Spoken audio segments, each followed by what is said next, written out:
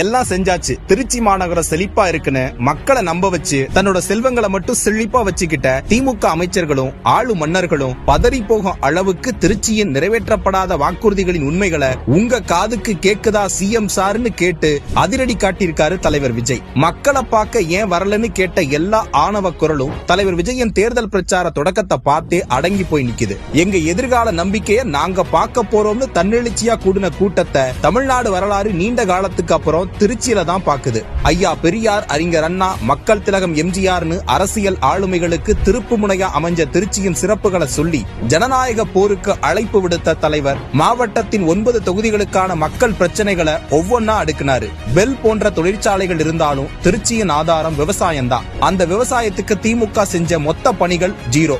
Kaveri delta தண்ணி தான் போராட்டம்னா மணப்பாறை, வையம்பட்டி, தொட்டியம் பகுதியில எல்லாம் குடிக்கிற தண்ணியே பிரச்சனையா இருக்குது.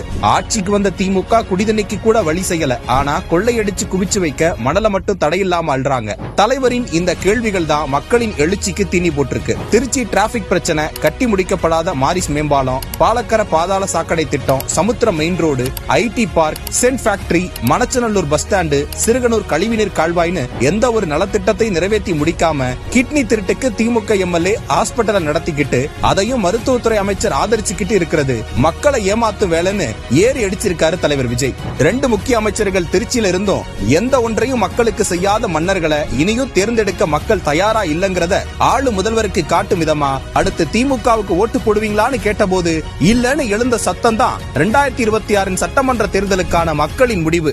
செய்வோம் செய்வோம் செய்வோம் செய்வோம்னு சொன்னாங்களே, செஞ்சாங்களா? சத்தமா சத்தமா மை டியர்